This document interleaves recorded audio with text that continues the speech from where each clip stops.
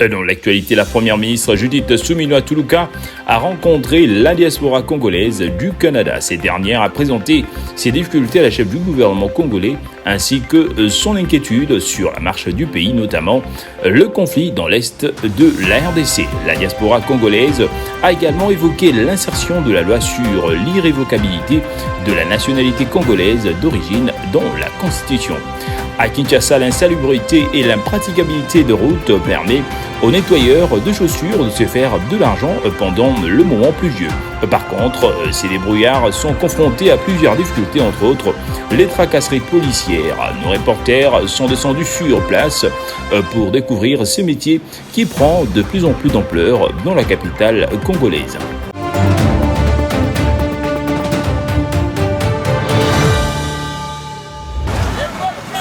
Si la pluie est un obstacle pour certains, pour d'autres, elle constitue un élément propulseur de leur business. À Kinshasa, lorsqu'il pleut, vous trouverez les nettoyeurs des chaussures un peu partout, proposant leur service aux personnes désireuses de se rendre au travail, à l'université ou à un rendez-vous avec des chaussures propres.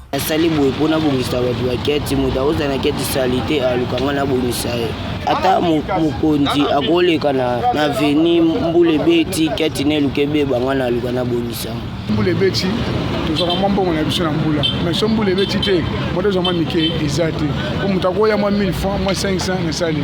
Ces produits achetés au grand marché de Kinshasa ont chacun sa spécificité. Les produits noirs pour des chaussures de teinte sombre, l'eau claire savonneuse pour des chaussures blanches. Tout ceci dans le but de satisfaire les clients. C'est vraiment bien fait parce que déjà Kinshasa c'est un peu compliqué ces derniers temps. Avec la pluie, déjà quand tu te déplaces à la maison pour arriver à la fac, déjà tu vas seulement te salir. Une fois ressorti, donc quand tu veux te présenter à un endroit pour garder ta propriété, tu dois seulement chercher une personne qui fait ces métiers. Service moro ya malamu parce que ndenge mbule beti boy soki bango bazate en tout cas moi to tambolo kozala te vraiment parce que nzeleza vraiment erobé ba makasi. Poto eza makasi talaka na wuti mais moyena kota na musala ekozala te po soki bango bazate. Malgré le service qu'ils rendent à la population, ces débrouillards en quête de leur pain quotidien font face aux tracasseries policières. Ena débrouillé bosi bakanga net biloko boy. Ena bénéfice à malonga te. Tona okena kalfungula mani koma ba 100,000 francs. Badon zu ana luketa 50 mètres. Alandi biso bakanyi babotole bilo babotole mbongo bateli suna kashi. Amakanga biso ba ebika vili balingi boyete. Kobengana eza vraiment eloko mwa malamu te parce que kotala ndeko boye aza na métier mosusu te. Azosunga biso moi 100 fois tozofuta ye ezosunga pe ye po azwa moyen de survivre. Hormis le nettoyage des chaussures, ces citoyens congolais proposent différents services. Ils sont à la fois cireurs des chaussures et même cordonniers afin de totaliser leur capital. Signalons que pendant les moments de pluie, les revenus d'un jour nagent entre 15 000 et 20 000 francs. Et lorsqu'il ne pleut pas, les nettoyeurs de chaussures gagnent entre 2 000 et 5 000 francs.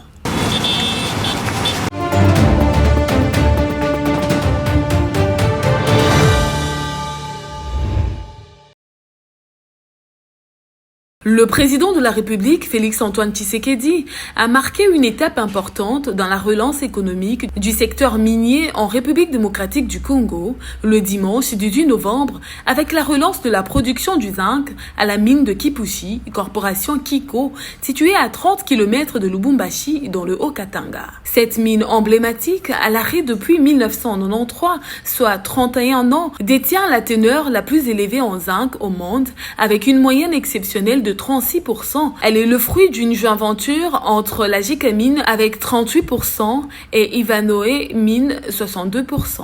Elle dispose d'une capacité de production mensuelle de 45 000 tonnes de zinc, soit 540 000 tonnes annuelles. L'entreprise prévoit d'accroître sa production d'ici au premier trimestre 2025, consolidant ainsi sa position parmi les leaders mondiaux du secteur. Pour sa part, le ministre des Mines, Kizito Pakapomba, contribuera fortement dans le cadre social du pays. Cette activité va créer beaucoup d'emplois et cet emploi sera, je dirais, offert aux communautés locales.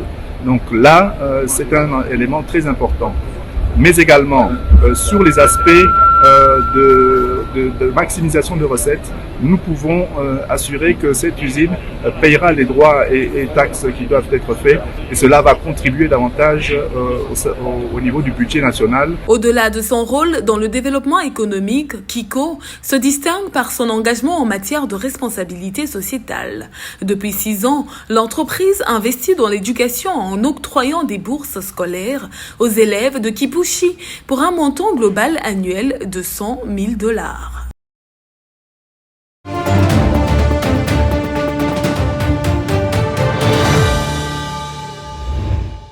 Le président Félix Tshisekedi a confirmé sa détermination à réviser ou de changer la constitution du pays lors de son meeting à la place de la Poste à Lubumbashi, au Katanga, où il est arrivé le samedi 16 juin dans la soirée. Qui est celui-là qui va m'interdire, moi, le garant de la nation, à ne pas faire ça? Le chef de l'État a dénoncé la manipulation distillée dans la population par certains leaders politiques et religieux en rapport avec sa volonté de réviser la Constitution. Mais en garde tous ceux, politiques ou autres, qui voudraient aller dans le sens de manipuler notre population, ils vont être exposés face à la justice et à des poursuites.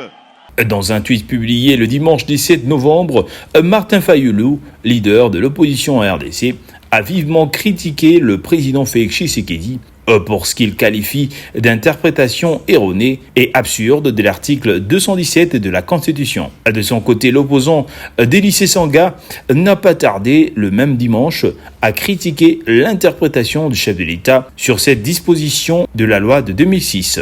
Par ailleurs, Félix Tshisekedi a affirmé ne pas avoir l'intention de briguer un 3e mandat. Ce que j'ai dit à Kisangani n'avait absolument aucun lien avec un quelconque 3e mandat. Mais vous avez entendu que cette fameuse opposition qui n'a rien à proposer, qui avait mordu la poussière très sérieusement lors des dernières élections, cette fameuse opposition cherche à manipuler la population en disant non au 3e mandat. Qui leur a parlé de 3e mandat? Le président de la République a également dénoncé les prises de position inquiétantes de ministres des dieux.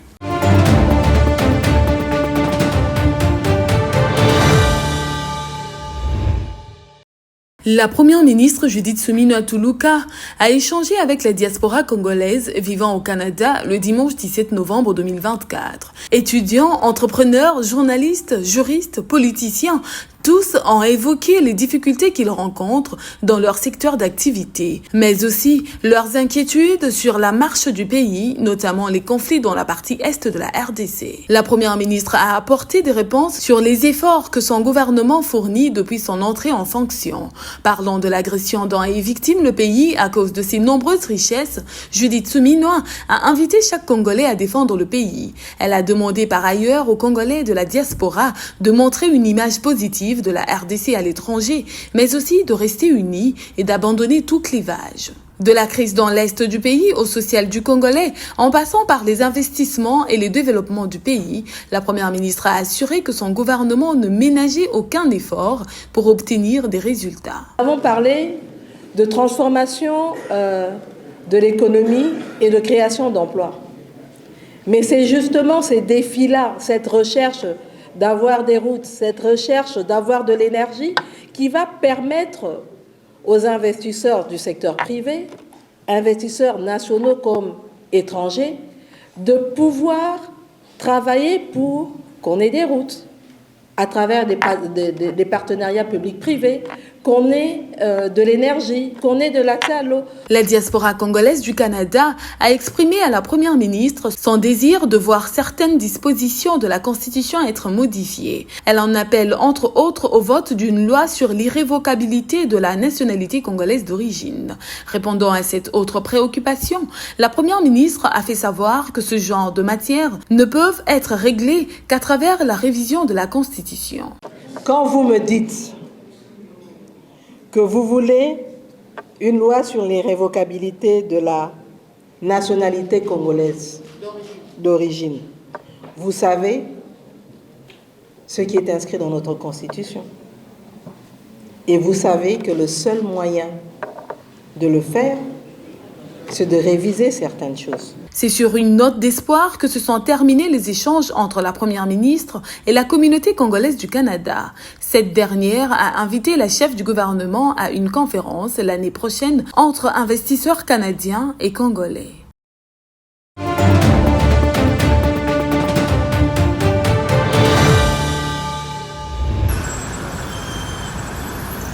La question des embouteillages qui préoccupe au plus haut point le Quinois a été évoquée au cours de la 20e réunion du Conseil de ministres présidée par le président de la République Félix Antoine Tshisekedi le vendredi 15 novembre au centre financier de Kinshasa. Face à cette situation pressante, le président de la République a rappelé que plusieurs mesures avaient été mises en place pour améliorer la circulation, notamment sur les axes menant au centre-ville. Lors d'une inspection surprise sur le tronçon quittant Beau-Magasin jusqu'au rond-point Sosimat, au cours de la semaine dernière, il a constaté l'ampleur du problème et a interpellé les agents de régulation routière sur leur rôle important, comme le souligne le ministre de la Communication et Médias lors du compte rendu de la dite réunion. Le président de la République a attiré l'attention de tous les agents régulateurs de la circulation routière sur la responsabilité qui leur incombe de mettre l'accent sur l'application des sanctions pour les contraventions et autres infractions au code de la route. Cela nécessite une application équitable des sanctions, peu importe les statuts ou le rang social du contrevenant, en instaurant une réelle dissuasion. Cette mesure pourrait contribuer à améliorer l'observance des règles de circulation et à favoriser une fluidité sur les routes de la ville-province de Kinshasa. Par ailleurs, il a souligné l'importance de veiller aux conditions de travail des policiers qui ont été commis à cette tâche. Celle-ci devrait être améliorée. À cela, le président de la République a enjoint le vice-premier ministre de l'Intérieur ainsi que son collègue du transport et le gouverneur de la ville-province de Kinshasa à mobiliser tout le service concerné pour garantir l'application stricte de mesures de décongestionnement. À savoir qu'il a encouragé les autorités responsables à perfectionner ces initiatives afin de rendre la circulation à Kinshasa plus fluide et moins chaotique.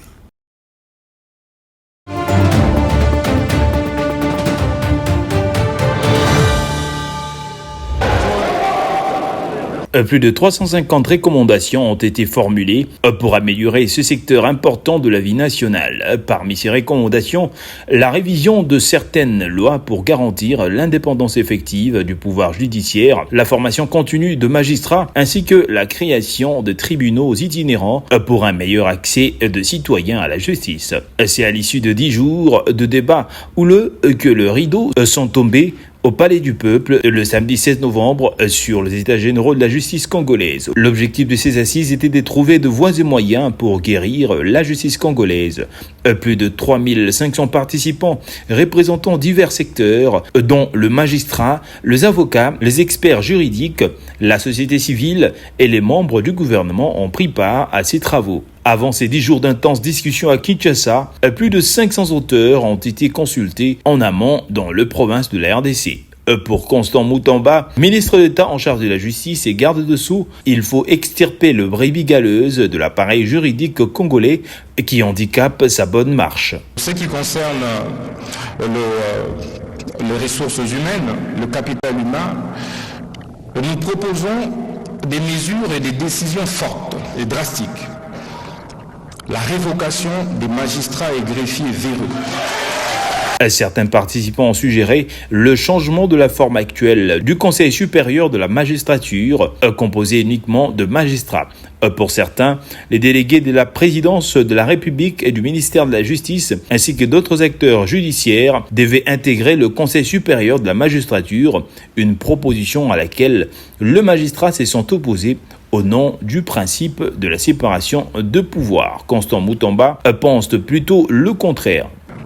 La majorité des participants aux assises des États généraux ont opté clairement pour la suppression du CSM et la création du Conseil supérieur de la justice qui va intégrer tous les acteurs de la justice. En clôturant ces travaux, le chef de l'État, Félix Tshisekedi, a promis d'accompagner ce processus de guérison de la justice congolaise. Parmi les recommandations phares, j'ai retenu la révision des cadres législatifs pour garantir l'indépendance effective du pouvoir judiciaire, l'établissement des tribunaux itinérants pour favoriser un meilleur accès à la justice et la mise en place d'une politique de formation continue destinée aux magistrats. Les peuples congolais attendent que ces conclusions soient traduites en actes pour une guérison réelle de la justice congolaise.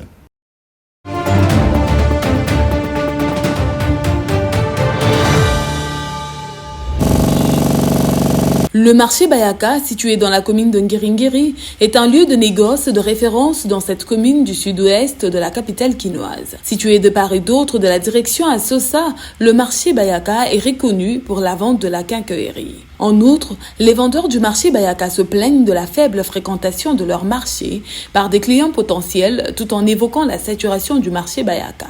Banana bandaki, lelo, clientèle, bon, baisse plus ou moins à 30, il y a 70%. Il y a perte, il y a clients, 70%. Le 30% il y a clients. Ensuite, c'est ça d'abord, épanouissement et marché. C'est-à-dire, à l'époque, à Mobutu, nous avons des Nigériens qui étaient côté belé, dans le domaine, le marché comment s'attirer. Le mauvais état de la direction à Sosa reste aussi parmi les causes principales qui paralysent les activités, que ce soit pour les vendeurs et les usagers de cette avenue. La différence à Liboso est dans nos ventes. Vente pena biso to tekaka mingi ba client ndengi bazo lekana na ba mituka. Mais depuis nzele beba ba lekana vraiment te vente c'est comment passe. D'ailleurs vous écoutez biso ndé to vendre en tout cas pena vente pona nzela ndé vente ndé kufi. Nzele comme c'est impraticable makasi otali ba dépine ndenge bazo koya ba mituka msezo ba pani wana so ekote kanamna libanga mo be wana mawato. À l'instar de la plupart des marchés de Kinshasa, l'insalubrité est également au rendez-vous au marché Bayaka et ce phénomène prend de l'ampleur du jour au lendemain.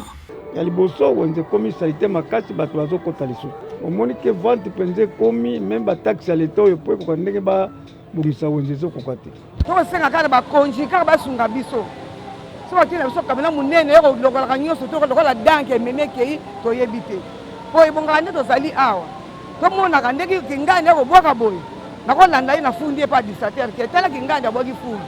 Mais comme tout le monde a dit au Kendeke, n'est pas au Lipaboy, n'a pas qu'à la Naïna. Bon, c'est que Mamoud à Bogi Foul à mon endé. N'a mon a été. L'avenue à Sosa, long de plus de 5 km, est la principale voie d'accès à la maison communale, mais dommage que cette direction se détériore aux yeux des autorités de la ville-province de Kinshasa.